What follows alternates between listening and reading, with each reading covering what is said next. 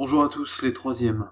Nous voici de retour sur ce chapitre 2 intitulé La refondation de la République et vous êtes dorénavant sur votre cahier où vous devez rédiger les leçons que je vais vous présenter ici. Vous aviez à faire tout au long de la semaine dernière deux activités. La première sur le rétablissement de la République, vous emmenez dans votre manuel page 180-181, donc ici même. Donc plusieurs documents pour comprendre de quelle manière la France échappe à une guerre civile et parvient à rétablir rapidement un gouvernement opérationnel au lendemain de la libération. Je voudrais commencer par un petit commentaire de ce document, qui est une affiche tout à fait classique de propagande du gouvernement provisoire de la République française, le GPRF. Il vous faut connaître cet acronyme. Ce document est particulièrement clair et explicite. Il porte trois symboles importants en éducation civique, trois symboles de la France. Vous reconnaîtrez évidemment le personnage, l'allégorie de la République, qui est le personnage féminin de Marianne, qui est drapée elle-même dans le drapeau tricolore, le bleu, blanc, rouge, symbole issu de la Révolution française. Il y a un troisième symbole important qui est la forme du V, suggéré ici par les bras de Marianne, le V étant le V du mot victoire, qui était un symbole couramment répandu parmi les alliés occidentaux, américains, anglais et également français au moment de la libération.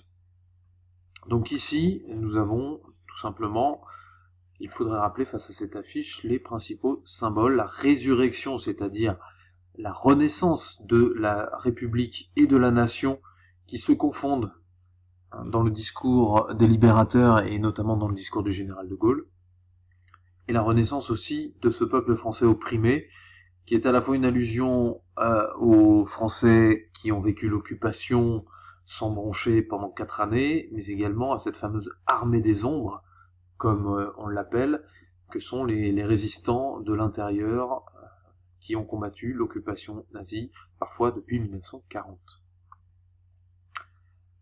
Alors, dans ce grand tas, le rétablissement de la République, sur votre cahier, vous commencez par écrire la fin du régime de Vichy. Comment se termine le régime de Vichy? Eh bien, une fois que les gouvernants ont fui en Allemagne avant ensuite d'être rattrapés par les armées qui libèrent l'Europe et d'être traduits en justice, les résistants mènent une première campagne d'épuration, ce qu'on a appelé l'épuration sauvage, c'est-à-dire que les résistants vont faire justice eux-mêmes, emprisonner, battre, parfois exécuter sommairement, sans procès, certains Français qui sont accusés d'avoir collaboré avec les Allemands ou avec les représentants du régime de Vichy. Bien vite, le gouvernement provisoire reprend en main cette épuration pour en faire une épuration légale. Il met en place des cours de justice qui vont prononcer un certain nombre de peines de prison, de travaux forcés, mais également une proportion assez importante de peines de mort qui ne sont pas toutes exécutées. Vous voyez, il y a quand même un écart. La plupart sont transformés en prison à vie et pourront bénéficier de lois d'amnistie, c'est-à-dire d'oubli de ces peines 20 ans plus tard. L'objectif du gouvernement, c'est de nettoyer en quelque sorte également toute l'administration française qui a pu travailler sous les ordres du maréchal Pétain. C'est pour ça qu'on a ici un nombre important de sanctions adressées contre des fonctionnaires et des employés d'entreprises publiques qui auraient permis de rendre efficace la politique de collaboration avec les Allemands, avec les nazis, notamment la déportation des prisonniers, des résistants, des juifs.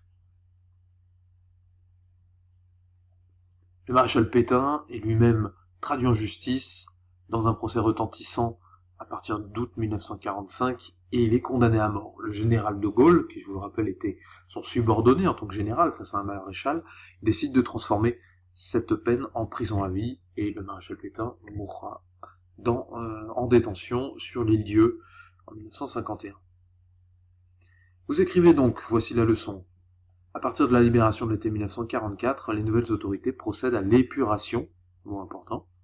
On poursuit les collaborateurs et les miliciens, cette police collaborationniste mise en place pour travailler avec la Gestapo, avec des Français.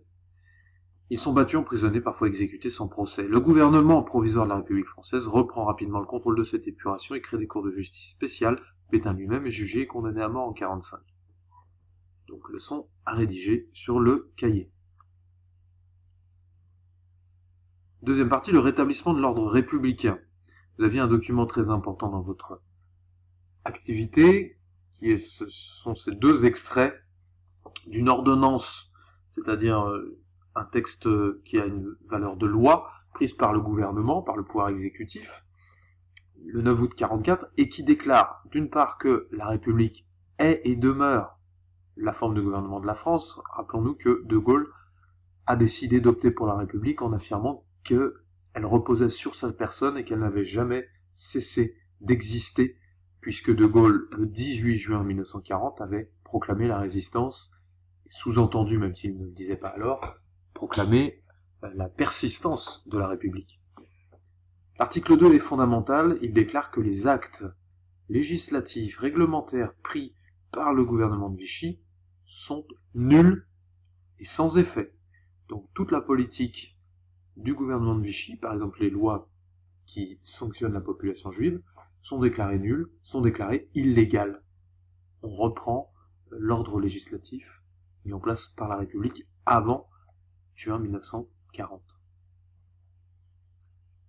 Vous écrivez donc, dès août 1944, le GPRF affirme que toutes les lois de Vichy sont illégales. En novembre 1945, les élections législatives font renaître une Assemblée nationale constituante, c'est-à-dire qu'elle est chargée de rédiger la Constitution de la 4e République.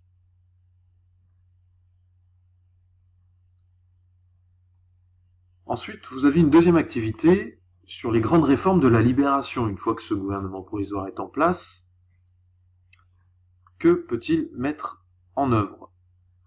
Je vous propose de reproduire ce tableau en 4 colonnes.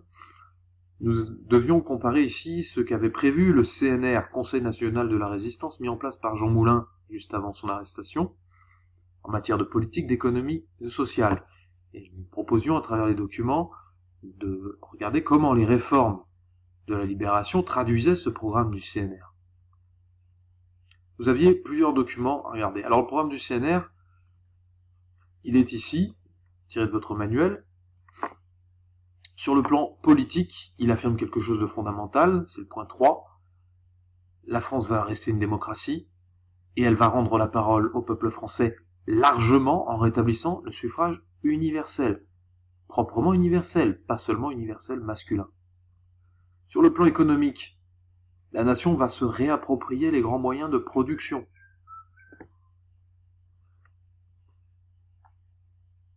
Sur le plan social, un plan complet de sécurité sociale va assurer à tous les citoyens des moyens d'existence. Nous avons donc l'idée déjà d'une nationalisation qu'on retrouve actuellement dans l'actualité. Les réformes de la libération, eh bien, pour que le suffrage soit véritablement universel, il fallait donner le droit de vote aux femmes qui ont joué un rôle dans la résistance dès le mois de juin 1940, et le général de Gaulle le reconnaît. Il leur donne le droit de vote et elles vont voter pour la première fois au mois de mars 1945 lors des élections municipales. Effectivement, en 1945, on va retrouver une nationalisation de grandes entreprises et par exemple de la régie Renault, les usines de fabrication automobile dont le patron avait accepté de collaborer avec les autorités de Vichy et avec l'armée allemande pendant la guerre. Et nous aurons effectivement la création en 1947 d'une sécurité sociale financée par les cotisations des patrons et des salariés. La République devient sociale et d'ailleurs elle affirmera dans le premier paragraphe de la Constitution, le préambule, qu'elle se donne pour objectif de protéger et d'assurer l'emploi et la sécurité sociale aux citoyens dorénavant. Voilà le tableau que vous avez à reproduire sur votre cahier. Je vais vous proposer dans une deuxième partie, à présent, d'avancer un petit peu. Nous avons fait donc la toute première partie sur les étapes de la libération. Nous avançons maintenant jusqu'à la prochaine crise, le début de la guerre d'Algérie. Ce sera l'objet de la prochaine vidéo. La déchirure algérienne.